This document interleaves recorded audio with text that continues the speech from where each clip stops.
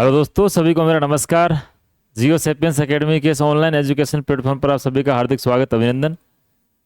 आप लोग भली भांति परिचित हैं, जो हम सीरीज चल रही है हमारी, जितने भी हरियाणा असिस्टेंट प्रोफेसर एग्जाम की तैयारी कर रहे हैं वो इससे काफ़ी लाभान्वित भी हो रहे हैं। हमने इससे पहले कंक्लूजन को कैसे लिखना है, इंट्रोडक्शन को कैसे लिखना है, उन सब पर बहुत अच्छे से चर्चा कर ली थी। अब आज मैं चर्चा करने वाला हूँ कि जो प्रश्न सामने आता है उसकी डिमांड को कैसे समझना है। एक बार आप उसकी डिमांड जो है, उसकी मांग जो है, उसको समझ जाते हैं तो फिर आंसर लिखना बहुत आसान हो जाता है। अब ये कुछ टेल वर्ड्स आते हैं, आपने देखे होंगे, नोटिस किए होंगे, जिनसे आपको अपना उत्तर जो है वो पूरा गढ़ना होता है, रचना होता है। उनको ध्यान में रखते हुए उन सब पर मैं अभी चर्चा करूंगा। आप ये पीछे देख पा रहे होंगे, Haryana assistant professor subjective paper writing skill development. Writing skill मैंने पहले बताया भी था, एक स्किल जो होती है उसको हम डेवलप कर सकते हैं, तो राइटिंग एक स्किल ही है, इसको हम मेहनत करके डेवलप कर सकते हैं अच्छे से, आराम से। जो आज का सेशन है वो मैंने बताया प्रश्न की मांग को समझने के ऊपर है, और आंसर की फॉर्मेटिंग उसके अकॉर्डिंग फिर कैसे रखनी है, इस पर चर्चा करने वाला हूँ। उससे पहले मुझे पता है जितने साथियों ने भी हरियाणा असिस्टेंट प्रोफेसर का एग्ज़ाम फॉर्म भरा है, जैसे ही वैकेंसी आई थी तो उनके अंदर का जो एक मोटिवेशन का जो ज्वालामुखी है वो एकदम पूरा जागृत अवस्था में आ गया था। जैसे ही थोड़ा टाइम गुजरा है उसको एग्ज़ाम फॉर्म भरे हुए, अब लगभग जो है लोग उसको भूल चुके हैं, और उनके जो मोटिवेशन का ज्वालामुखी मैं इसलिए कह रहा हूँ कि जो मोटिवेशन एकदम से आता है हमारे अंदर, जिस प्रकार से ज्वालामुखी विस्फोट होता है ऐसे ही मोटिवेशन भी एक तरीके एकदम से आता है, एकदम नया जोश लगता है, हाँ वैकेंसी आई है, इसकी बहुत शानदार तरीके से हम तैयारी करेंगे। तो हरियाणा असिस्टेंट प्रोफेसर की आई, आपने फॉर्म भरा और उसके बाद में आप फॉर्म भर के भूल गए। मैं थोड़ा सा जो है उसका पैटर्न एक बार आपको वापस बता दूं ताकि आपके दिमाग में रहे, आप जागते रहें। आपके अंदर का जो सुसुप्त ज्वालामुखी है, प्रसुप्त ज्वालामुखी है, उसको जागृत अवस्था में लाने का मैं थोड़ा सा ये प्रयास करने की कोशिश करता हूँ। आपको पता रहना चाहिए इसका पैटर्न क्या है। आपने शायद, हमने पहले भी डिस्कस किया है इस बारे में, और आज मैं फिर एक बार बता देता हूँ आपको। इसका जो पैटर्न है वो इस तरीके से है। सबसे पहले तो इसकी वैकेंसी की बात कर लेते हैं अपन। 316 पद सिर्फ भूगोल विषय के, 316 पद सिर्फ भूगोल विषय के, और उसमें जनरल के 181 पद। अभी पिछली कुछ समय पहले राजस्थान में असिस्टेंट प्रोफेसर की वैकेंसी आई थी, भूगोल की बात कर रहे हैं अपन, तो भूगोल में 150 पद थे, और 150 पदों के लिए से हल्ला मचा हुआ था कि कितने ज़्यादा पद आ रखे हैं। इधर देखो आप, 316 पद और 181 जनरल, इतनी बड़ी भर्ती है ये।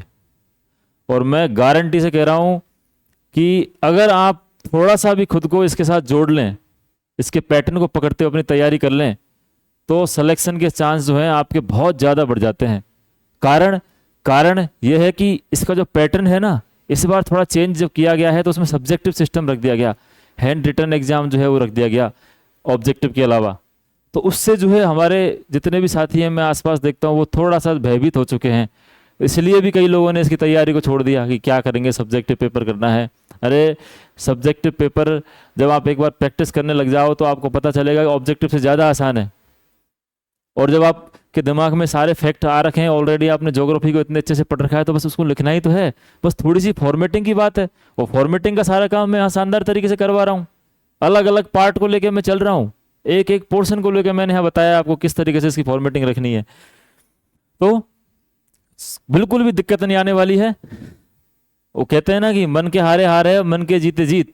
अब तुमने अपने मन में बना ही लिया है कि नहीं होगा तो फिर नहीं होगा, लेकिन अगर थोड़ा सा भी खुद को एक्टिव करो और थोड़ा सा खुद को मोटिवेट करो और कोशिश करो, पेन कॉपी लेके लिखने की प्रैक्टिस करने की कोशिश करो, तो बहुत जल्दी ही, बहुत कम समय में आप लोगों को पता चलेगा कि आप कितना अच्छा कर सकते हो। ठीक है, तो इसका पैटर्न एक बार मैं समझाता हूँ। हाँ, इसका मैं ये आज ये पैटर्न भी लाने का एक कारण है कि जैसे मेरे पास फ़ोन आते रहते हैं हरियाणा असिस्टेंट प्रोफेसर के जो लोग जुड़े हुए हैं हमसे, लगभग 40+ लोगों ने हमारा जो डेली प्रैक्टिस प्रोग्राम ज्वाइन कर रखा है। तो मैं जब उनसे चर्चा चलती रहती है, बात होती रहती है, बताते हैं कि सर उनके जो साथी हैं, आसपास के जो लोग हैं, उनका ऐसे है कि भाई हम तो सर अभी स्क्रीनिंग टेस्ट की तैयारी कर रहे हैं। जो जुड़े हुए लोग हैं उनके दोस्तों की बात कर रहा हूँ, वो स्क्रीनिंग टेस्ट की तैयारी कर रहे हैं, सब्जेक्टिव की बाद में करेंगे। तो ये गलतफहमी, आपसे रिक्वेस्ट है आप मत रखना प्लीज़। सब्जेक्टिव पेपर की तैयारी किसी भी समझदार आदमी से पूछ लेना, जो है जो आरएस का या आईएएस का, यूपीएससी का, या जो भी पीसीएस के एग्जाम में मेंस रिटर्न लिखते हैं, उनसे पूछ के देखना, आप आपको यही सलाह देंगे कि सब्जेक्टिव पेपर की तैयारी ऑब्जेक्टिव पेपर से पहले हो जानी चाहिए। जैसे अभी आरएस प्री होने वाला है, तो आरएस प्री की कोई तैयारी कर रहा हो उसको मैं सलाह दूंगा कि आरएस प्री से पहले आप RS मेंस की तैयारी, मेंस को भी ध्यान में रखते हुए चीज़ों को पढ़ते चलें। ऐसा नहीं है कि सिर्फ प्री के सब्जेक्ट पर फोकस किया, क्योंकि फिर इतना समय मिलता नहीं है आपको। और सारा खेल स्क्रीनिंग टेस्ट होते हैं, ये जितने भी हैं ऑब्जेक्टिव होते हैं, इनके नंबर नहीं जुड़ते हैं। कहीं आपके दिमाग में ये हो। अब इस हरियाणा वाले की बात करूं मैं, इसका जो पहला चरण है वो ऑब्जेक्टिव पेपर है, और आप लोग कह रहे हैं कि हम ऑब्जेक्टिव पेपर की तैयारी कर रहे हैं। अरे भैया, ऑब्जेक्टिव पेपर की आप तैयारी कर रहे हो, उसके नंबर नहीं जुड़ते हैं। फाइनल जब मेरिट आएगी तो उसमें नंबर नहीं जुड़ते। ऑब्जेक्टिव पेपर सिर्फ क्या है, छटनी के लिए एक एग्जाम है, स्क्रीनिंग टेस्ट है। स्क्रीनिंग टेस्ट कैसे है, जितनी वैकेंसी है 316 पद हैं। कितने पद हैं? 316। तो 316 पद के हिसाब से 4 गुना अभ्यर्थियों को पास किया जाएगा रिटर्न एग्जाम लिखने के लिए। वो लोग रिटर्न एग्जाम लिखने के एलिजिबल होंगे। 4 गुना कितने हो जाएंगे? 316 गुणा 4 कितने हो जाएंगे? 1264। 1264 विद्यार्थी कैंडिडेट जो है वो रिटर्न एग्जाम लिखेंगे। अब ये जो रिटर्न एग्जाम होगा वो डिसाइड करेगा पूरा सिलेक्शन किस तरीके से है। यहाँ तक तो बस ये जो एग्जाम है ना, ये प्रथम चरण, जिसकी आप दिमाग में गलतफहमी लेके चल रहे हैं कि हम तो स्क्रीनिंग की तैयारी कर रहे हैं और उसके बाद में देखेंगे, वो सिर्फ यहाँ तक है। उसका उद्देश्य सिर्फ ये है, इतने छांटना बस। सिलेक्शन देने का कोई इसका कोई है ही नहीं, कहीं जोड़, इसके मार्क्स कहीं जुड़ने वाले नहीं है। ठीक है, तो थोड़ा सा अपने दिमाग में इस चीज़ को निकालो। सब्जेक्टिव पेपर की प्रैक्टिस अगर आप वास्तव में करना चाह रहे हो, इतनी शानदार वैकेंसी, और मैं कह रहा हूँ आप अगर ढंग से लग जाएं, इस वैकेंसी को पकड़ लें, तो ये आप इसमें बहुत अच्छा करने वाले हो। ये मेरी बात को तो आप पक्के से बांध के रख लीजिए, क्योंकि बहुत सारे लोग जो हैं आपके साथी हैं, उन्होंने इस चीज़ को एकदम पहले ही मन में वो हार मान चुके हैं कि सब्जेक्टिव पेपर है, हम नहीं कर पाएंगे। तो भाई, जब बड़े बड़े धुरंधरों की बात कर रहा हूँ जिनका नेट में बढ़िया अच्छा JRF है, अच्छे नंबर आते हैं ऑब्जेक्टिव पेपर में, लेकिन सब्जेक्टिव पेपर की वजह से वो थोड़े डर गए। तो इसलिए ये मौका है, इस मौके को जो है जाने मत दीजिए। और दूसरी बात, आप सब्जेक्टिव पेपर से भाग नहीं सकते। अभी पूरे जो आसपास के माहौल, ये चीज़ें चल रही हैं कि हो सकता है आने वाला जो स्कूल लेक्चरर एग्ज़ाम है या उसके बाद का जो भी है असिस्टेंट प्रोफेसर का एग्ज़ाम है, उनमें रिटर्न एग्ज़ाम कर दिया जाए। RPSC भी इस चीज़ पर विचार कर रही है, जैसा कि सुनने में आया है। मैं इस पर कोई ज़्यादा वो कहता नहीं कि भाई ऐसा है, पर सुनने में आया है तो मैं बता रहा हूँ। हो सकता है भविष्य में, क्योंकि ये एक, बताओ, आप असिस्टेंट प्रोफेसर बना रहे हो तो रिटर्न एग्ज़ाम तो एक बहुत ज़रूरी हो जाता है। सब्जेक्टिव पेपर में तो कई बार चीज़ें ऐसी हो जाती हैं, आप रिटर्न एग्जाम आप लिखने का, आपका संप्रेषण जो स्किल है, वो कौशल है, वो कैसा है, वो भी तो जानना जरूरी है। आप बच्चों के सामने अपने जो चीज़ों को कैसे प्रेजेंट करोगे, तो वो आपकी कॉपी में दिखता है, उसे आइडिया लगता है कि आपके अंदर कितना टैलेंट है लिखने का, करने का, सारी चीज़ें। इसलिए भविष्य में हो सकता है स्कूल लेक्चरर या असिस्टेंट प्रोफेसर के लिए RPSC भी सब्जेक्टिव पेपर करवा दे। अब वो भविष्य कब की बात है उस पर मैं बिल्कुल भी नहीं कहना चाहूँगा, क्योंकि ये चीज़ें चलती रहती हैं, अफवाहें, हो भी सकता है और नहीं भी हो सकता, बट आपको तैयार रहना चाहिए। जब आप, एक बात बताओ, आपने सब्जेक्ट को इतना अच्छे से पढ़ लिया, इतना अच्छे से समझ लिया, तो सिर्फ एक काम एक्स्ट्रा क्या है, लिखने वाला, तो इतना क्यों परेशान होना, उसमें इतना जोर क्यों आ रहा है आप लोगों को? एक बार करके तो देखिए, हाँ, प्रैक्टिस करके तो देखिए। हमसे जितने भी साथी जुड़े हुए हैं, मैं ईमानदारी से कह रहा हूँ, जितने भी साथी जुड़े हुए हैं, लगभग हमारे इस कोर्स को, इसको जो प्रैक्टिस प्रोग्राम हमने चलाया था, इसको 25 दिन के आसपास हो गए हैं। उनके राइटिंग स्किल में मैं दिखाऊंगा, एक दिन कॉपी यहाँ ला के दिखाऊंगा किस तरीके से चेंज देखने को मिला है। प्रैक्टिस करते हैं तो चेंज आता है। वो खुद कह रहे हैं हमसे कि सर, वास्तव में जब हम डे 1 से लिखना, जब हमारी हिम्मत नहीं हो रही थी लिखने की, तब से लेके और अब तक हमें खुद को कॉन्फिडेंस आने लग गया है। अब वो जब चीज़ों को फॉलो करेंगे, किस तरीके से इंट्रोडक्शन को डिज़ाइन करना है, कैसे कंक्लूजन को डिज़ाइन करना है, और कैसे फिर हम जब क्लास में बताते रहते हैं, उनको बीच बीच में जो है उनको गाइड करते रहते हैं कि आप इसमें यहाँ गलती कर रहे हो, इसको ऐसे कर लीजिए, तो जाहिर सी बात है सुधार आना ही है। प्रैक्टिस कर रहा है तो कोई सुधार आना ही है। अब वो जो लोग हैं वो आप लोगों से कितने ऊपर हैं, कितने आगे निकल चुके होंगे। अगर आप सोचते हो कि हम स्क्रीनिंग की तैयारी करते हैं, जनवरी फरवरी में जब भी स्क्रीनिंग हुआ, स्क्रीनिंग देंगे, उसके बाद फिर हम सब्जेक्टिव पेपर की तैयारी करेंगे, तो देखो ये जो 6-7-8 महीने का जो गैप है, ये फिर आप उसको भर नहीं पाएंगे। ठीक है, अब इसका पैटर्न जो है स्क्रीनिंग टेस्ट का मैंने बता दिया किस तरीके से रहने वाला है। ऑब्जेक्टिव पेपर है, 100 क्वेश्चन 100 नंबर के, और ये सिर्फ क्या है, स्क्रीनिंग टेस्ट है। ठीक है, और इसमें एक चीज़ जरूर ध्यान रखना, मिनिमम 25% नंबर जो है आपके आना जरूरी है। कम से कम 25% नंबर, यानी 100 में से, हालांकि नेगेटिव मार्किंग है, इसमें नेगेटिव मार्किंग भी है, 1/4 नेगेटिव मार्किंग है इसमें, तो आपके जो है टोटल कट के 25% मिनिमम न्यूनतम होना आवश्यक है। उसके बाद फिर आप इसमें जाने के आपकी जो रैंक मिलेगी उस हिसाब से, मेरिट लिस्ट के हिसाब से, यहाँ 1264 में आपको आने का मौका मिलेगा। और ये 1264 जो है ये लोग लिखेंगे written exam, subject knowledge test. अब सब्जेक्ट नॉलेज टेस्ट का क्या पैटर्न है आपको अच्छे से बता रखा है मैंने। लगभग 18 क्वेश्चन उसमें आने वाले हैं, 18 में से 15 करने हैं, 3 घंटे का टाइम मिलेगा। और सब्जेक्ट नॉलेज टेस्ट, उसकी जब वो सब्जेक्ट नॉलेज टेस्ट हो जाएगा उसके बाद में क्या होगा आपका इंटरव्यू। अब इंटरव्यू में कितने लोग बुलाए जाएंगे? इंटरव्यू में बुलाए जाएंगे आपकी जो वैकेंसी है 316 वैकेंसी है, 316 वैकेंसी के 2 गुना लोग। कितने? 2 गुना लोग। तो कितने हो जाएंगे? 632 के आसपास लोग इंटरव्यू देंगे और उनमें से फिर फाइनल सिलेक्शन होगा। किसके आधार पर? जो रिटर्न एग्जाम सब्जेक्टिव पेपर है उसके नंबर और इंटरव्यू के नंबर दोनों को जोड़ के फिर फाइनल मेरिट निकलने वाली है। तो बताओ योगदान आपके जो असिस्टेंट प्रोफेसर बनने में योगदान स्क्रीनिंग टेस्ट का, ऑब्जेक्टिव पेपर का हुआ या सब्जेक्टिव पेपर का? सब्जेक्टिव पेपर का भी जो उसका पैटर्न है उसमें 87.5% तो सब्जेक्टिव पेपर के नंबर हैं और 12.5% है वो आपके इंटरव्यू के नंबर है। तो इंटरव्यू के ज़्यादा मार्क्स नहीं है, इंटरव्यू का जो रोल है वो भी उतना नहीं जितना सब्जेक्टिव पेपर का है। इसलिए डेली प्रैक्टिस करो। मैं ये नहीं कहता कि आप हमसे जुड़ो, इसकी कोई मैं अपील नहीं कर रहा कि भाई आप हमसे जरूर जुड़ो तभी आपकी तैयारी हो सकती है। आप खुद से जैसे कर सकते हो आप अपनी तैयारी को बनाए रखो, तब जाके ये वैकेंसी आपके हाथ में आ सकती है, नहीं तो बहुत दिक्कत आपको होने वाली है। ठीक है, अब इन सब चीज़ों के बाद में मैं चलता हूँ आगे की तरफ। आज का जो हमारा प्रॉपर जो सेशन रहने वाला था वो तो हम बात करने वाले थे कि अपना जो आंसर है उसकी फॉर्मेटिंग कैसे करनी है अकॉर्डिंग टू क्वेश्चन की डिमांड। तो पहले क्वेश्चन की डिमांड को समझना है।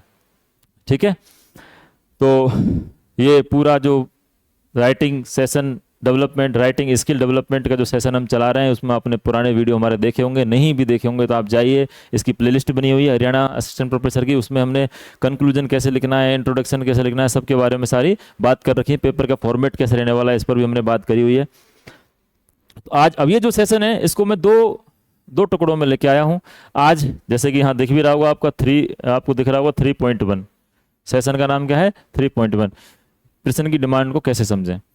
अब क्वेश्चन की डिमांड को कैसे समझना है उसके लिए मैंने बहुत मेहनत करके ये सारी चीज़ें, जितने भी पेपर हुए हैं हरियाणा के उसके पीजीटी के पेपर हुए हैं अभी पिछली बार, अभी कुछ दिनों पहले 13 तारीख को हुआ था, उससे पहले जो पीजीटी का हुआ है, पीसीएस के जितने भी हैं सारे पेपर के क्वेश्चंस भी यहाँ लेके आया हूँ अकॉर्डिंग टू टेलवर्ड्स, अलग अलग टेलवर्ड्स। तो सबसे पहले स्क्रीन पर आपको ये खूब सारे जो है टेलवर्ड्स दिख रहे होंगे जिनको हम डायरेक्टिव वर्ड्स भी कहते हैं। ये हमें दिशा, डायरेक्टिव क्यों कहते हैं? क्योंकि ये हमें निर्देश देते हैं एक तरीके से कि हमें क्या करना है। क्वेश्चन के जो आया है हमारे सामने प्रश्न आया है उसमें हमें उत्तर कैसे लिखना है उसका पूरा निर्देश देते हैं, इसलिए डायरेक्टिव भी कह देते हैं। टेलवर्ड क्यों? क्योंकि ये पीछे की तरफ अमूमन देखने को मिलते हैं क्वेश्चन में, किसी भी क्वेश्चन में। इतने सारे देख के देखो आप के सबसे पहले जैसे चर्चा करें, डिस्कस करें, ये सारे जितने भी हैं ये मैंने वो लिए हैं जो एचपीएससी ने पूछे हुए हैं, जिन पर एचपीएससी ने सवाल बनाए हुए हैं। तो उनको अब मैं एक एक को पकड़ के फिर उसके क्वेश्चन भी बताऊंगा कि एचपीएससी ने इस टेलवर्ड के साथ में क्या क्वेश्चन बनाया, किस तरीके से क्वेश्चन इसको जो है डिजाइन किया है। ठीक है, तो जैसे अभी मैं एक बार हल्का सा इनको नाम बता देता हूँ आपको, जैसे दिख भी रहा होगा, चर्चा करें, एनालाइज करें, कमेंट करें, शॉर्ट नोट लिखें। वो एक 5-5 नंबर के 2 क्वेश्चन दे देंगे, 10 नंबर का होता है एक क्वेश्चन, तो उसमें 5-5 के दे देंगे कि शॉर्ट नोट करें और शॉर्ट नोट लिखें, और एक पहला ए और बी, तो दोनों पे शॉर्ट नोट लिखने हैं।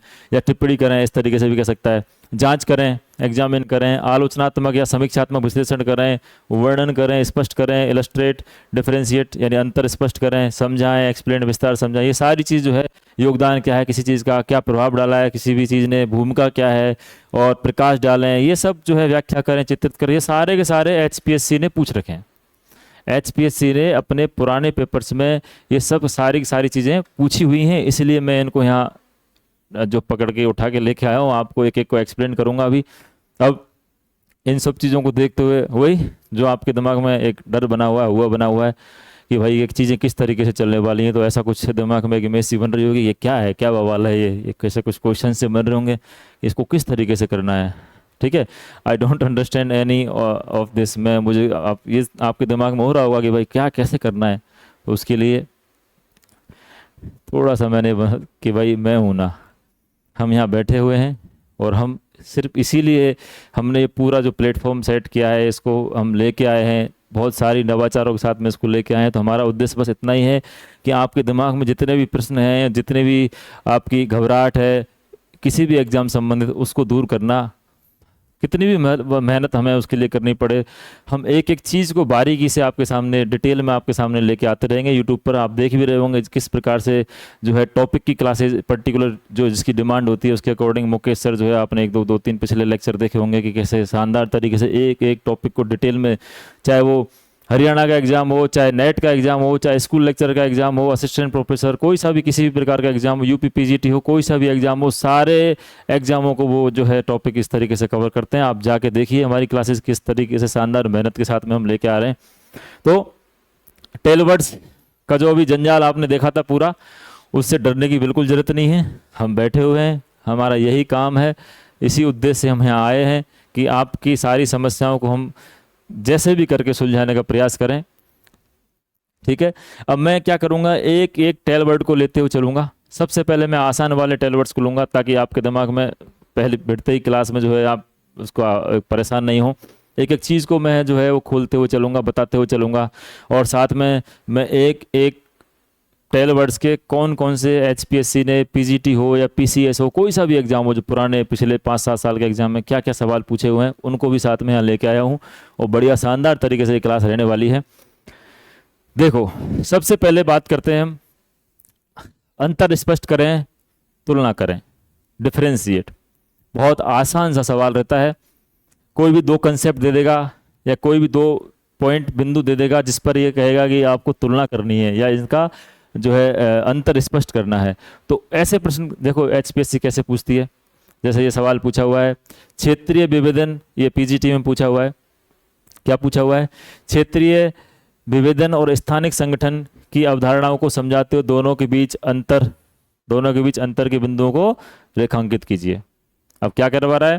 क्षेत्रीय विभेदन और स्थानिक संगठन, ये दो आप देख पा रहे होंगे, इन दोनों के बीच में अंतर स्पष्ट करवा रहा है। एचपीएससी का सवाल है और ये टेलवर्ड्स का क्या है, जैसा कि आप देख पा रहे होंगे ऊपर, डिफरेंशिएट करना है दोनों के बीच में। ठीक है, एक और सवाल मैं पीजीटी का ही ले लेता हूँ।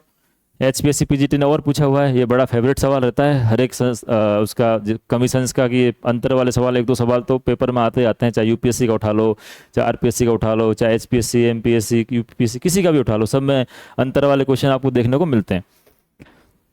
देखो, एक विषय के रूप में भूगोल के विकास, अब भूगोल के विकास में वारेनियस और कांट के योगदान की तुलना करिए।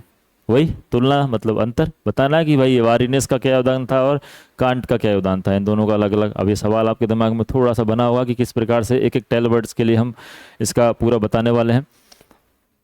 फिर चलते हैं आगे, अंतर स्पष्ट करिए। अगर अंतर स्पष्ट करिए के सवाल आपके सामने आते हैं तो ये आप लोग वैसे जानते भी होंगे अधिकतर लोग, इसलिए मैंने कहा कि सबसे पहले मैं आसान वाले लेने वाला हूँ। इसमें क्या करना है आपको कुछ नहीं करना। पहले तो मैंने जो इंट्रोडक्शन लिखने के जो तरीके बताए थे उसमें एक मैंने तरीका बताया था कि अंतर वाला अगर सवाल आता है तो उसको इंट्रोडक्शन कैसे लिखना होता है बताया था, आप जाके देखना पिछली क्लास में। अंतर स्पष्ट करिए, डिफरेंशिएट करने वाले प्रश्न का जो इंट्रोडक्शन लिखोगे तो उसमें आपको क्या करना होता है कि कोई एक बेसिक सा कॉमन अंतर लेते हुए उसके इंट्रोडक्शन को शुरू करना होता है, जिसमें दोनों की बात कर ली जाती है और इंट्रोडक्शन शुरू हो जाता है। अब उसकी जो मेन बॉडी है उसकी फॉर्मेटिंग कैसे करनी है उसको मैं अभी बताने वाला हूँ कि किस प्रकार से उसको रखा जाता है। सबसे पहले आप थोड़ा सा इसको समझ लीजिए कि अगर इस प्रकार का सवाल आ रहा है तो उसमें आपको किस प्रकार से उसको समझना है, अंडरस्टैंडिंग कैसे बनानी है।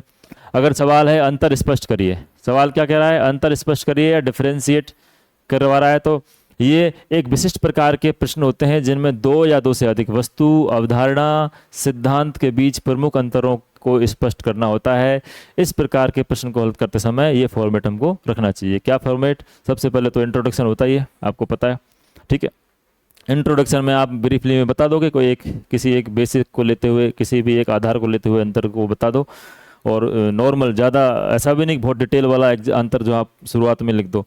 फिर आ जाओ डिफरेंस ऑन बेसिस की, भाई जो आधार पर अंतर क्या क्या उसमें देखने को मिल रहे हैं।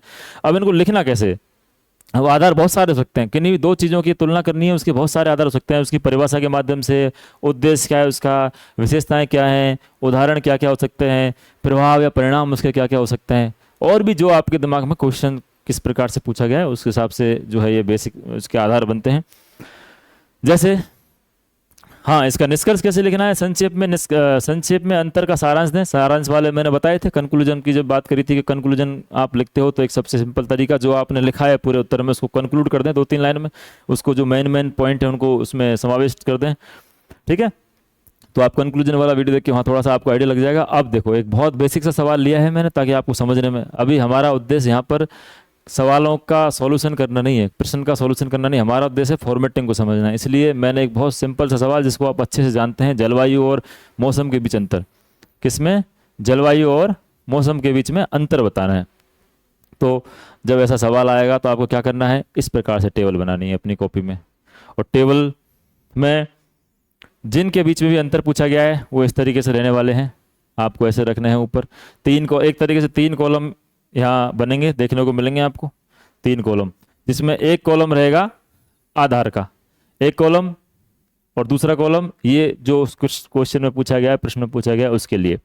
अब आधार क्या है, परिभाषा है, अवधि है, जैसे जलवायु कितनी अवधि तक होती है, मौसम कितनी अवधि तक, प्रभावित करने वाले कारक क्या क्या हो सकते हैं, उदाहरण क्या हो सकते हैं, उपयोगिता क्या हो सकती है, और भी तमाम जो आपके दिमाग में आ रहे हो। आप पढ़ के जाएंगे तो आपके जब प्रैक्टिस भी कर लेंगे हम चीज़ों की इनकी, तो आपको ज़्यादा जोर इसमें आएगा नहीं। तो अंतर स्पष्ट करने वाले जो क्वेश्चन होते हैं, प्रश्न करने होते हैं, जो आते हैं सामने, उनको इस प्रकार से सोल्व उनको करना पड़ता है। ठीक है, बहुत आसान सा है, इसमें कोई वैसे ज़्यादा कठिन वाला काम है भी नहीं, और ये सिंपल सी बात थी जो आपको मैंने बताई। एक जो इसका HPSC का बहुत फेवरेट सा मुझे लग रहा है, देखो आप देख भी रहे होंगे, हालांकि ये PCS मेंस जो हैं, HPSC के जो PCS वाले एग्जाम है मेंस, ज्योग्राफी ऑप्शनल की बात कर रहा हूँ मैं, उसमें ये उन्होंने ज़्यादातर पूछे गए हैं। देखो 21, 21, 21 और 22, ये मैंने इसमें ईयर भी मेंशन कर रखा है। तो ये जो है चित्रित करने वाले को इसने काफ़ी ज़्यादा पूछ रखा है, उसको हम थोड़ा सा देख लेते हैं कि क्या क्वेश्चंस कैसे पूछे गए हैं चित्रित करिए पर। देखो, चित्रित करें या डिलिनेट कर। क्वेश्चन है, महाद्वीपीय भारत में वर्षा नियंत्रित अल्पकालिक नदियों के लुप्त होने के कारकों को चित्रित कीजिए। क्या कह रहा है, delineate the factors of disappearing rain controlled ephemeral rivers in continental India. ठीक है, ये आपको जो है चित्रित करना है। अब चित्रित करने का मतलब क्या होता है, मैं बच्चे से बताने वाला हूँ। चित्रित करने का मतलब ये नहीं है कि आप उसका चित्र बना के, सिर्फ चित्र बना के आ जाओ। चित्रित करना भी एक प्रकार से वो वर्णन करने जैसा ही है, उसकी मैं और अभी डिटेल में चीज़ें बताऊंगा सारी। अगला क्वेश्चन देख लो, भारत में 21वीं सदी में ऑटोमोबाइल उद्योगों की स्थानिक कारकों और पैटर्न को चित्रित करिए। क्वेश्चन देके घबराना नहीं है, PCS के क्वेश्चन है, थोड़े से डायनामिक ज़्यादा रहते हैं, करंट से रिलेवेंट ज़्यादा रहते हैं। ठीक है, समकालीन घटनाक्रमों के संदर्भ में भारत के लिए हिंद महासागर के भू राजनीतिक महत्व को रेखांकित कीजिए, चित्रित कीजिए, वो एक ही बात है, दोनों इसमें लैंग्वेज यूज़ कर लेते हैं। ठीक है, डिलिनेट इंग्लिश में लिखा आएगा। और अंतर्राष्ट्रीय कानून के अनुसार अंतर्राष्ट्रीय सीमा कैसे परिभाषित और चित्रित की जा सकती है, इसको वो इसमें कि भाई किस प्रकार से उसको हम बाउंड्रीज को डिफाइन और डिलिनेट कर सकते हैं। तो इस प्रकार से सवाल जो है वो पूछे गए हैं इस पर, HPSC के द्वारा, चित्रित करें और डिलिनेट पर। ठीक है, अब ये होता क्या है, अगर इस प्रकार का सवाल आए उसकी फॉर्मेटिंग कैसे करनी है उसको मैं थोड़ा सा आपको बता देता हूँ। देखो, चित्रित करें, डिलिनेट प्रश्नों में किसी विचार, घटना, प्रक्रिया या संरचना को स्पष्ट और विस्तार पूर्वक वर्णन करना होता है। देखो मैंने बताया था, वो वर्णन ही है एक तरीके से, बस वो लैंग्वेज आपको थोड़ा सा लग सकता है कि जब पहली बार आप सवाल देखो आपको लगे चित्रित करें, अब इसमें चित्रित करें में लिखना क्या है, चित्रित करें में कुछ नहीं लिखना, मतलब वो कुछ आपके दिमाग में वैसे मत रखना कि कुछ बहुत ज़्यादा कुछ अलग चित्र वित्र बनाने हैं, डायग्राम बनाने या पोस्टर बनाने हैं। चित्रित करों का मतलब भी वही होता है जो वर्णन का, लगभग वही होता है। आपको बस ये कि जो चीज़ आई है सामने उसको स्पष्ट और विस्तार पूर्वक उसका वर्णन करो। इस प्रकार के प्रश्नों को हल करते समय आपको संबंधित विषय के प्रत्येक पहलू को क्रमबद्ध और व्यवस्थित ढंग से प्रस्तुत करना होता है। जो भी उसके एस्पेक्ट हैं, पहलू हैं, उन सबको आपको डिटेल में बताना होता है।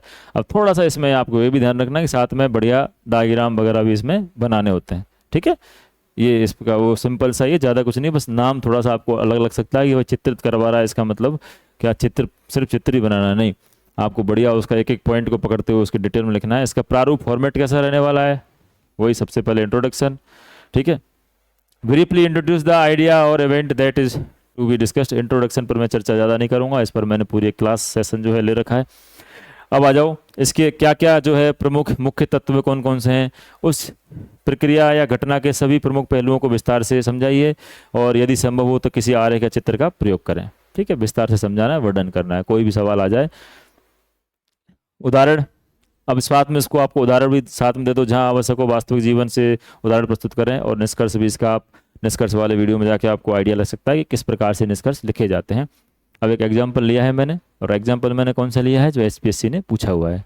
अभी आपने देखा होगा पिछली उसमें स्लाइड में सवाल था, महाद्वीपीय भारत में वर्षा नियंत्रित अल्पकालिक नदियों के लुप्त होने के कारकों को चित्रित करिए। ठीक है, चित्रित करिए, ये वाला पैटर्न है, इसको किस प्रकार से आप लिख सकते थे। तो इसको मैंने थोड़ा सा इंट्रोडक्शन वगैरह भी आपको यहाँ अभी बता देता हूँ किस प्रकार लिख सकते हो। ये आप वैसे मैं पीपीटी ये पूरा सिस्टम जो है वो शेयर कर दूंगा, तो वहाँ भी आपको पढ़ने में आसानी रहेगी, बट इसका इंट्रोडक्शन आपको लिखना है, आप देख लेना उसमें से। अब मेन बात करते हैं कि भाई मुख्य बिंदु इसमें क्या रखने होते हैं। तो वही मैंने कहा, एक एक पॉइंट को लेते हुए उसका पूरा वर्णन करना है कि इसका पूछ रहा है क्या, लुप्त होने के कारक पूछ रहा है, तो एक एक कारक को जो है पॉइंट को पकड़ते हुए चलना है, उसके बारे में सारी चीज़ें बतानी है। जैसे पहला कारक है जलवायु परिवर्तन, वनस्पति आवरण की हानि, अत्यधिक जल दोहन। ठीक है, ये बहुत सारे जो कारक इसके हो सकते हैं, आप पढ़ेंगे चीज़ों को तो आप पता, अवैध बालू खनन हो सकता है, शहरीकरण और भूमि उपयोग में बदलाव हो सकता है, बांधों का निर्माण है, सिंचाई के अनुकूलन की कमी है। ये मैंने बहुत शॉर्ट में जो है एक छोटा मोटा सा आपको आइडिया रहे कि किस प्रकार से चित्रित करने वाले जो इस प्रकार का दिमाग एक सवाल आए तो उसको कैसे आपकी उसकी फॉर्मेटिंग करनी है। तो इस प्रकार सारे पॉइंट जो आप वो लिख देना, कोई बहुत ज़्यादा भारी काम इसमें नहीं है। और निष्कर्ष भी आप पीपीटी के माध्यम से देख लेना, क्या निष्कर्ष इसका हमने किस तरीके से इसका डिजाइन कर सकते हैं। और इस पर निष्कर्ष पे तो जैसे इंट्रोडक्शन पर है, ऐसे निष्कर्ष पर भी पूरी एक क्लास है, पूरा सेशन है, उसको आप देख सकते हैं। अगला आता है प्रकाश डालें, हाईलाइट करें। ये भी खूब पूछे जाते हैं। देखो पीजीटी में ही पूछा गया है, 2024 जो अभी 13 तारीख हुआ है उसमें पूछे गए हैं सवाल 2024 में पीजीटी वाले में, और पीजीटी जो पुराना था उसमें भी इस प्रकार से। तो कुल मिला के पीजीटी में जो है प्रकाश डालने पर ज़्यादा प्रकाश डाल रहे हैं लोग। कैसे, what is global migration, highlighting. ठीक है, हाईलाइट करना है, इट्स की aspects and consideration, identify it's recent trends. वैश्विक प्रवासन क्या है, तो पहले तो ये पकड़ लिया आपने यहाँ, वैश्विक प्रवासन क्या है, इसके प्रमुख पहलुओं और विचारों पर प्रकाश डालते हुए इसके हालिया रुझानों की पहचान करें। ठीक है, पहचान करें या प्रकाश डालें, वो हाईलाइट कुल मिला कीवर्ड क्या है, हाईलाइट करें, तो पहचान करें, प्रकाश डालें, कैसे भी दे सकता है वो। आपको थोड़ा सा इंग्लिश पे भी, इंग्लिश की टर्म पे भी आपको जाना है। फिर भारत में राष्ट्रीय जलमार्गों के महत्व पर प्रकाश डालें, ये देखो यहाँ प्रकाश डलवा दिया, हाईलाइट करवा दिया। और भारत के विभिन्न भागों में खाद्य सुरक्षा सुनिश्चित करने के लिए राष्ट्रीय जो एनएफएसए जो है 2013, उसकी भूमिका क्या है उस पर प्रकाश डालें। देखो भूमिका पर प्रकाश डलवा रहा है। अब प्रकाश डालें अगर इस प्रकार से कीवर्ड आपको देखने को मिले तो उसको कैसे अटेम्प्ट करना है, उसका मैं थोड़ा सा आपको एक ब्रीफली जो है आइडिया दे देता हूँ। देखिए, प्रश्न में किसी विशेष विषय, बिंदु या घटना के मुख्य और महत्वपूर्ण पहलुओं को, तो कोई भी घटना हो जिस पर प्रकाश डलवा रहा है उसके महत्वपूर्ण पहलुओं को उभार कर प्रस्तुत करना होता है। इस प्रकार के प्रश्नों में आपके विषय के सभी महत्वपूर्ण बिंदुओं को सटीक और संक्षेप में उजागर करना होता है। तो एक चीज़ मैं आपको बताना चाहूँगा कि जितने भी कीवर्ड टेलवर्ड हैं वो सिर्फ आपको देखने में हो सकता है अलग अलग से लगते हों, बट लगभग सबके जो है उत्तर की फॉर्मेटिंग थोड़ा सा माइनर अंतर होता है, वो मैं आपको सारी चीज़ों के बताते हुए चल भी रहा हूँ। अब जैसे ये है प्रकाश डालें, हाईलाइट करवा रहा है आपसे, हाईलाइट करवा रहा है, तो आपको क्या करना है, जो उसके मेन पॉइंट है ना, मेन जो उसके बिंदु हैं, मुख्य बिंदु हैं किसी भी क्वेश्चंस के, उसके जो आंसर फॉर्मेटिंग में रहने वाले हैं उनको आपको थोड़ा सा हाईलाइट रखना है, मतलब उनसे संबंधित बातें उसमें पूरी लिखनी है आपको। इसका इंट्रोडक्शन, इस पर हम चर्चा नहीं करने वाले। इसके मुख्य बिंदु की जैसे किस प्रकार से हाईलाइट करने, महत्वपूर्ण और प्रमुख बिंदुओं का उल्लेख करें जो भी हैं, प्रत्येक बिंदु को क्रमबद्ध तरीके से और संक्षेप में प्रस्तुत करें, यह सुनिश्चित करें कि प्रत्येक बिंदु सीधा और स्पष्ट है। ये सब बोल वचन है, मतलब कुल मिला के बात आपको इतनी सी याद रखनी है कि कोई भी प्रश्न आए और कहे कि इस पर प्रकाश डालें, तो प्रकाश डालने का मतलब है कि उसके मेन बॉडी में जो कंटेंट रहने वाला है वो जो पूछा गया है, जो उसमें पूछा गया है उसके जो मेन पॉइंट है उनको आपको ध्यान में रखते हुए और उनको खोल के चलना है, प्रत्येक के बारे में डिटेल में बताते हुए चलना है। ठीक है, जैसे एक बहुत सिंपल सा एग्जांपल ये भी कि भारत में जलवायु परिवर्तन के प्रमुख प्रभावों पर प्रकाश डालें। ये डलवा रहे प्रकाश किस पर, जलवायु परिवर्तन के प्रमुख प्रभावों पर। तो इसका इंट्रोडक्शन आप देख सकते हैं और इसका कंक्लूजन आप देख सकते हैं कैसे रखना है। मुख्य बिंदु देखो क्या क्या रहने वाले हैं, ज़्यादा अंतर आपको देखने को ऐसा लगेगा नहीं। इससे पहले हमने जो कहा था चित्रित करें उसमें भी इसी तरीके से बातें करी थी हमने, बस बात वही है, बस थोड़ा सा क्वेश्चन जो सामने आता है तो वो पढ़ते ही जो है जो एकदम नया बच्चा होता है उसको एकदम ऐसा लगता है कि चित्रित करें, क्या चित्रित कर रहे हैं, प्रकाश डालें, कैसे प्रकाश डालें, चीज़ें लगभग लगभग उतनी ही हैं। और जब आप प्रैक्टिस कर लोगे या हमारे डेली प्रैक्टिस प्रोग्राम से आप जुड़ोगे तो आपको और ज़्यादा चीज़ें जो है एग्जाम्पल्स जब आप करोगे लिखोगे तो और ज़्यादा आपके समझ में आएंगी चीज़ें। ठीक है। वर्षा के पैटर्न में बदलाव, ये क्या हो गया, कृषि पर प्रभाव, तापमान में वृद्धि, जल संसाधनों पर दबाव, समुद्री जल स्तर में वृद्धि। इस प्रकार से जो इसके मुख्य बिंदु हैं जहाँ जहाँ ये चीज़ हमें देखने को मिल रही हैं, इसके जो प्रभाव देखने को मिल रहे हैं वो यहाँ पूरे उकेर के रख दिए हैं और उनके बारे में डिटेल से रखना है। मैं बस नॉर्मल एक चीज़ सिंपल यहाँ पर मैंने इस पीपीटी में जो दिखा रहा हूँ इतना इतना कम भी नहीं रखना, मैंने तो बस उसकी एक जो उसके कीवर्ड है उसको हल्का सा बताया, डिफाइन किया है, बाकी आपको तो पूरा जो है पैटर्न को समझाना है। डायग्राम यथासंभव डायग्राम भी आपको इसमें बनाने हैं। देखो ज्योग्राफी का पेपर है, भूगोल का पेपर है, तो बिना मैप, बिना डायग्राम, बिना फ्लो चार्ट नंबर अच्छे नहीं मिलने वाले। इस चीज़ को आप लिख लो भले ही कि इसमें आपको, और फिर पेज भी इतने सारे हैं एक पेपर के लिए, एक क्वेश्चन के लिए जो है पेज कितने, 4। तो आप बढ़िया उसमें अच्छे से डायग्राम भी बनाओ खूब बड़े बड़े, खूब उसमें आप मैप भी बनाओ तो आपका पेज भी भरा भरा सा लगे, कॉपी भरी हुई लगे। और आपके लिए तो बहुत आसान हो गया। अदर सब्जेक्ट वालों के लिए कितनी दिक्कत होती है अगर इस प्रकार से चीज़ें आ रही हैं तो आप तो उसमें चित्र वित्र सब डाल सकते हैं। ठीक है। अब बात करते हैं प्रभाव, इम्पैक्ट। ये भी बहुत पूछा जाता है, मतलब ये क्या इम्पैक्ट, किसी भी चीज़ का कोई घटना बता दी या कोई भी सिद्धांत बता दिया उसका इम्पैक्ट पूछ लिया, या किसी विद्वान का काम है उसका क्या प्रभाव पड़ा है उसको पूछ लिया, वो सारी चीज़ें जो है इस पे पूछी जाती हैं। और देखो आप देख सकते हैं इस बार जो पीजीटी हुआ है 2024 वाला, उसमें ये पूछे गए हैं, 2 सवाल पूछे गए हैं किस पर, इम्पैक्ट जानने के लिए या प्रभाव जानने के लिए। और एक पीसीएस मेंस में भी पूछा गया है। क्या सवाल है देख लो। कोविड-19 महामारी के दौरान शहरी क्षेत्र से ग्रामीण क्षेत्रों में पलायन के प्रभाव, ये उनके अलग फॉर्मेट होते हैं। देखो 6 नंबर का वो अलग तरीके से आता है पेपर, उसमें शॉर्ट नोट्स लिखवा रहा था इस पर, तो एक इस पर लिखवा रहा था कि कोविड-19 महामारी के दौरान शहरी क्षेत्र से ग्रामीण क्षेत्र में पलायन के क्या प्रभाव है, तो प्रभाव पूछ रहा है। ठीक है। कीवर्ड है ये, क्या है, कीवर्ड डायरेक्टिव है, हमको बताना है प्रभाव के सवाल कैसे करने पड़ते हैं उसको भी मैं अभी थोड़ा सा, जैसे ये क्वेश्चन सारे होते हैं मैं बताता हूँ कैसे प्रभाव वाला सवाल आए तो उसको कैसे करना है। और क्या पूछा गया है, प्रत्यक्षवाद से आप क्या समझते हैं, और इसने आधुनिक भूगोल में पद्धतिगत दृष्टिकोणों को किस प्रकार से प्रभावित किया है। ये इस पर मैंने बहुत बड़े विस्तार से चर्चा भी की थी जब पीजीटी के पेपर को डिस्कस किया था। एक पीजीटी का पेपर जो अभी हुआ था उसको मैंने बहुत शानदार तरीके से एक एक चीज़ को एक एक पूरा डिस्कस किया था कि इस पेपर को जो है क्वेश्चंस को कैसे करना था, वो भी अपने हमारे यूट्यूब चैनल पर पड़ा हुआ है, आप उसको जाके देख सकते हैं। सारे सवाल किस प्रकार से उसकी मेन बॉडी कैसे रखनी थी इस पर डिस्कस कर चुका हूँ मैं।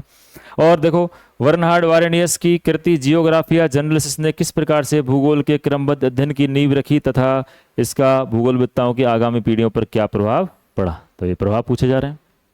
अब प्रभाव देखो, प्रभाव को हम 2 तरीके से देख सकते हैं, 2 तरीके होते हैं प्रभाव को देखने के। क्या होते हैं, एक तो सकारात्मक और नकारात्मक प्रभाव।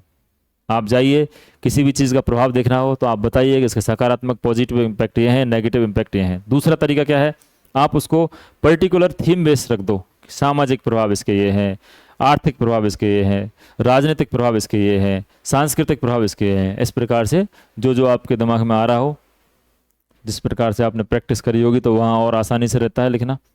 तो ये प्रभाव के इम्पैक्ट के क्वेश्चन आप देख पा रहे होंगे। अब मैं बताता हूँ आपको, देखो कितने सारे क्वेश्चन जो है पीजीटी 2024 में प्रभाव पर पूछे गए हैं, ये भी मैं और बताता हूँ, एक्स्ट्रा क्वेश्चन जो है पूछे गए हैं।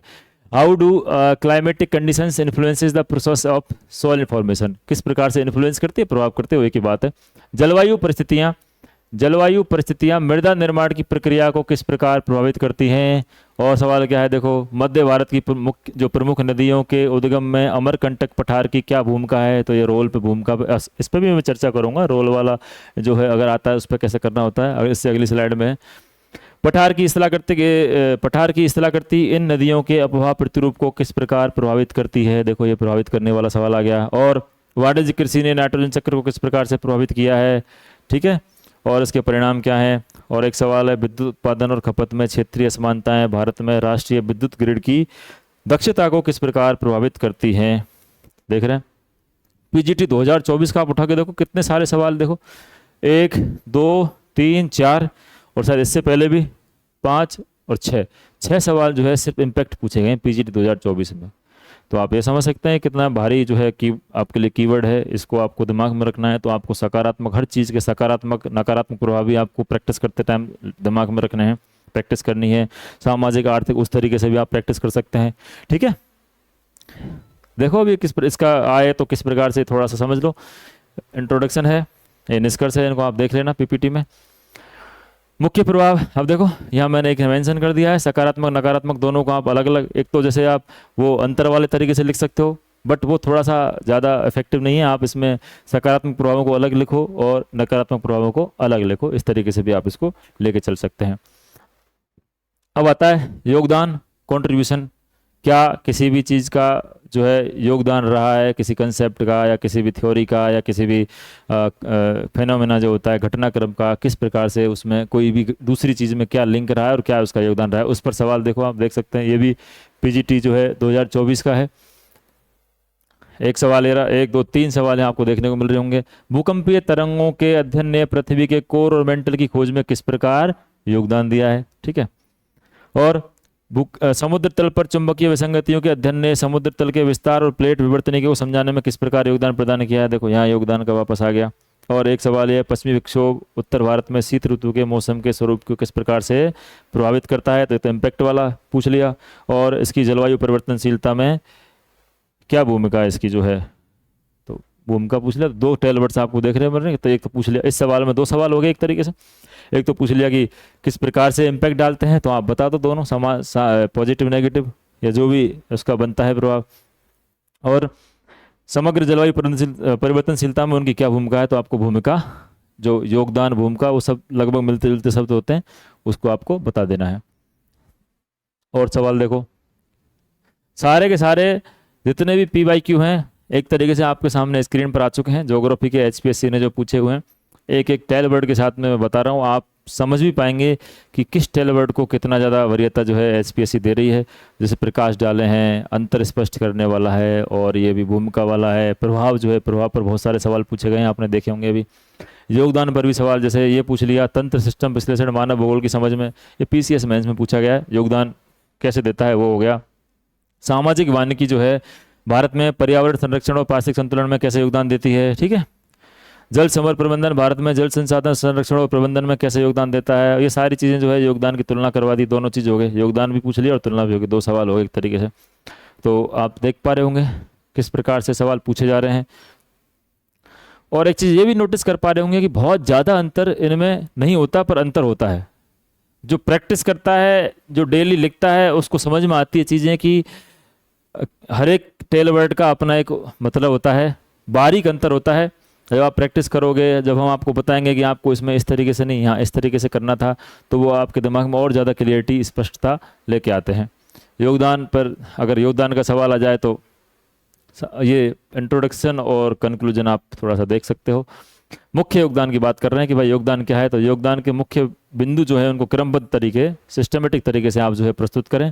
प्रत्येक बिंदु का विस्तार से वर्णन करें, जिसमें ये स्पष्ट हो कि उस योगदान ने भूगोल के क्षेत्र में क्या परिवर्तन और सुधार किए हैं। योगदान का प्रभाव और उसका महत्व भी बताएं। अब योगदान का इम्पैक्ट भी आप इसमें बता दें कि भाई जो योगदान है, वो योगदान भी बेसिकली जब किसी भी चीज़ का किसी में हेल्प हो रही है या कुछ क्या उसमें कंट्रीब्यूशन है, तो सीधी सी बात है उस पर वो इम्पैक्ट भी डालेगा, तो इम्पैक्ट का जो फैक्टर है वो भी इसमें आ जाएगा। कि भाई जैसे इसकी एग्जाम्पल भी दे दिया है कि भाई भूगोल के अध्ययन में नई दृष्टिकोण उस विचार से आए होंगे, जो विचार जिसका भी योगदान पूछना चाह रहा है या किसी विद्वान का पूछना चाह रहा है। किसी विशेष सिद्धांत या मॉडल की स्थापना उसकी वजह से हो गई। क्षेत्रीय या वैश्विक स्तर पर किए गए शोध और उनके परिणाम किस प्रकार से यहाँ रहे हुए हैं, उसके इम्पैक्ट कैसे पड़े हुए हैं, उसको यहाँ बता दिया। तो ये हो गया। और एक मिलता जुलता ही, ज़्यादा अंतर नहीं है, भूमिका और इसमें आपके कॉन्ट्रीब्यूशन में कॉन्ट्रीब्यूटेड वही है। बस थोड़ा सा ये कि सवाल पूछे गए तो मैंने एक बार इसको थोड़ा अलग करके दिखा दिया। PCS मेंस में और PGT में देखो 4-5 सवाल दिख रहे होंगे। अंतर्राष्ट्रीय व्यापार में सोजनेर की भूमिका बताइए। भारत में उद्योगों के विकास में प्रायद्वीपीय पठार की भूमिका बताइए। ठीक है, भारत में क्षेत्रीय विकास में निर्यात प्रसंस्करण की क्षेत्रों की भूमिका का विश्लेषण करिए। ये भूमिका पूछ ली। और ये ऊपर वाला आप देख पा रहे होंगे, यहाँ भी भूमिका की व्याख्या करवा रहा है। इस प्रकार से भूमिका के सवाल पूछे जा रहे हैं। HPSC के सारे पेपर हैं, सारे पेपर को टेलवर्ड के अकॉर्डिंग मैं निकाल के लाया हूँ, आप देख पा रहे होंगे। अब भूमिका वाला सवाल आता है तो वो भी लगभग वही कंट्रीब्यूशन जैसा ही है, उसमें ज़्यादा कुछ अंतर नहीं है। ठीक है, मुख्य योगदानों को जो है क्रमबद्ध रूप से लिखें और विवरण दें। उसके बाद वो सारी चीज़ें जो है वो किस प्रकार से चेंज किया है वो सबको बताएं और इसका प्रभाव, ठीक है, और महत्व जो है वो भी बता दें। तो याद रखना, योगदान और भूमिका वाला जो सवाल आएगा, सीधी सी बात है, योगदान मैंने अभी बताया भी, अगर योगदान कह रहा है तो इसका मतलब उसने कुछ चेंज किया होगा, कुछ प्रभाव डाला होगा, कुछ इम्पैक्ट डाला होगा। वो सारी चीज़ जो है आपको सिस्टमेटिक तरीके से 1 बाय 1 करके रखनी है।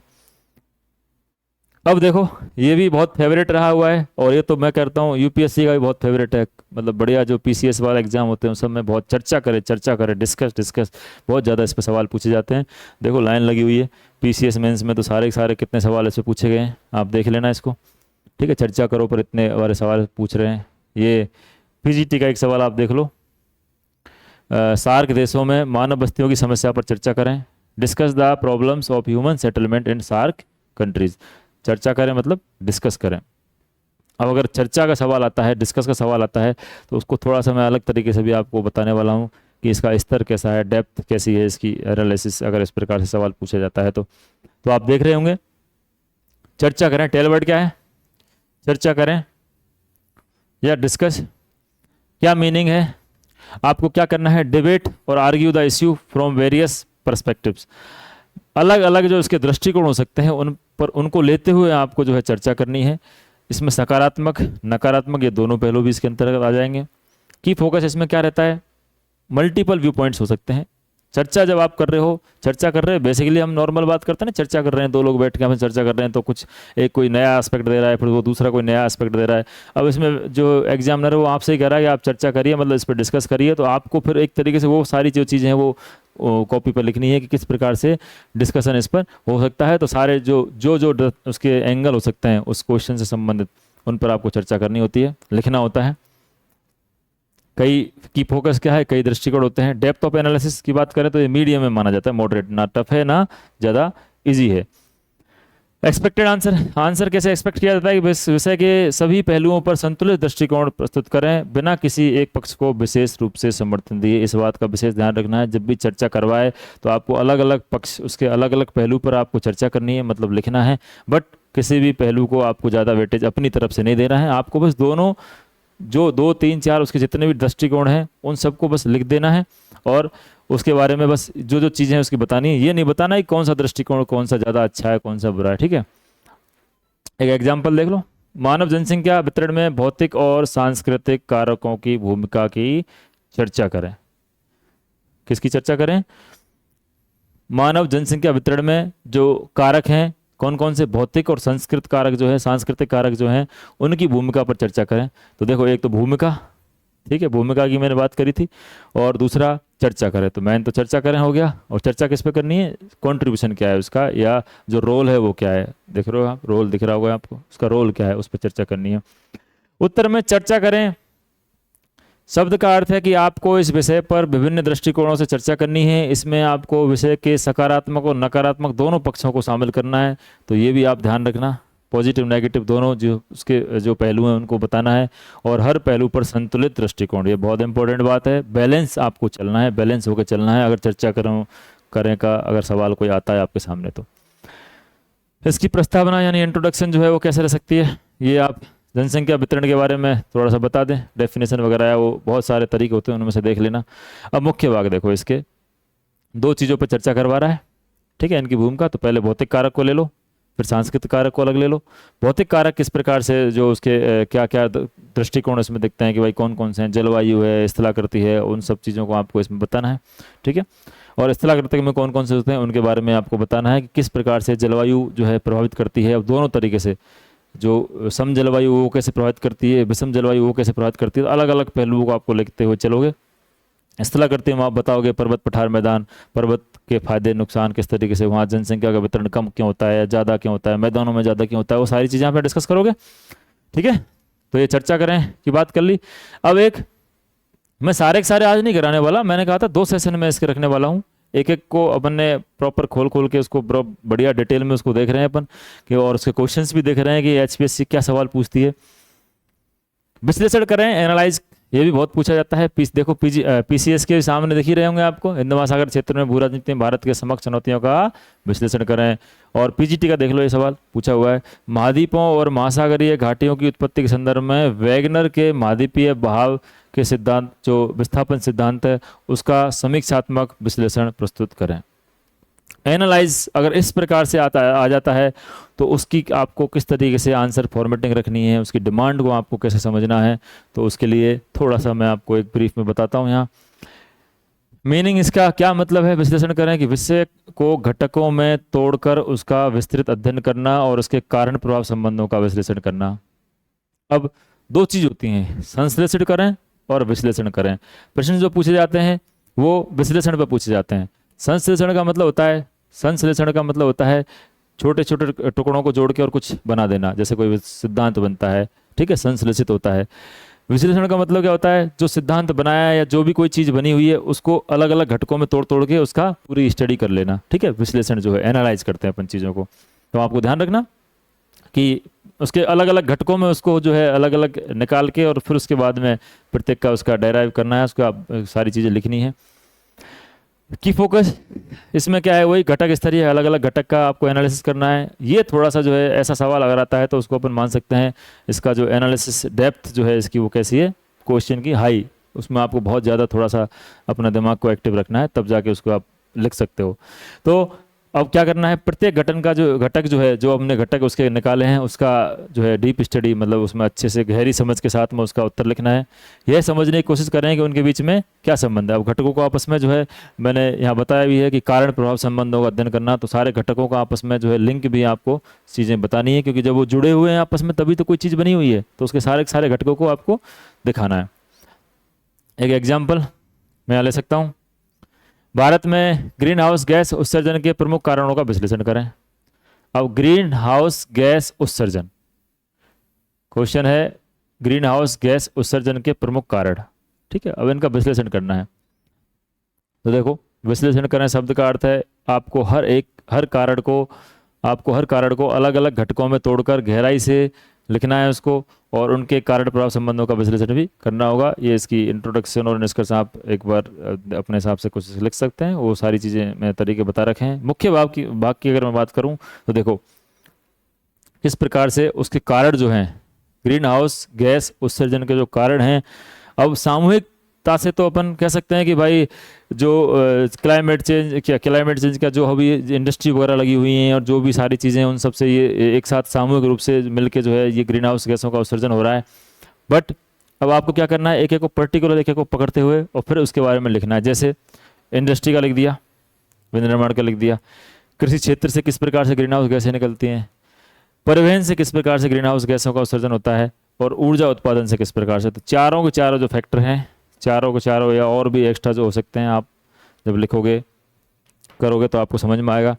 तो सबको लेके आपको पूरा का पूरा जो है अलग अलग इसके जो घटक मैंने बताया, कारणों के कौन कौन से घटक हैं, उन सबको लिख के और फिर उनकी डिटेल आपको इसमें पूरी लिखनी है।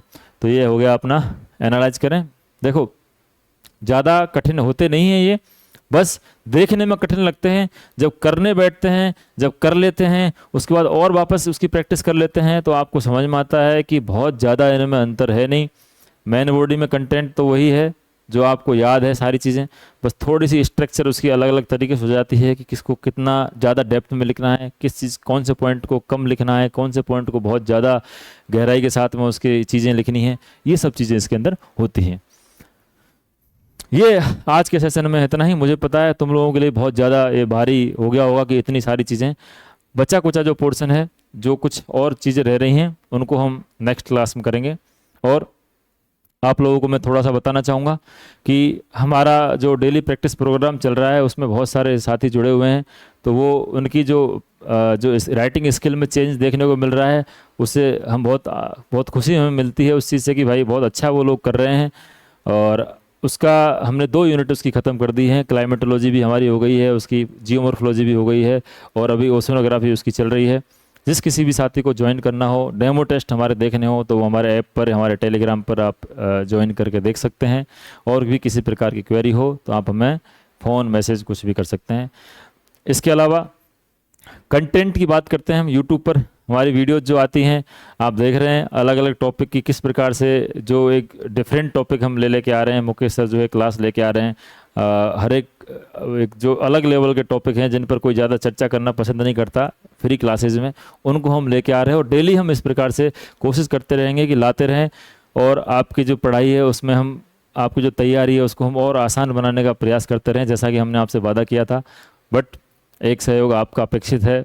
आप भी अपनी मेहनत को हमारे साथ साथ में बनाए रखें और ये जितनी भी सारी चीज़ चल रही हैं इनको थोड़ा सा आप जो है सर्कुलेट करें ताकि ज़्यादा से ज़्यादा लोगों तक इसकी रीच बने। इतनी मेहनत जो हम कर रहे हैं उसका बहुत ज़्यादा लोगों को इसका फ़ायदा मिले। थैंक यू, आपने पूरे इस सेशन को सुना। उम्मीद करता हूँ आपको पसंद भी आया होगा।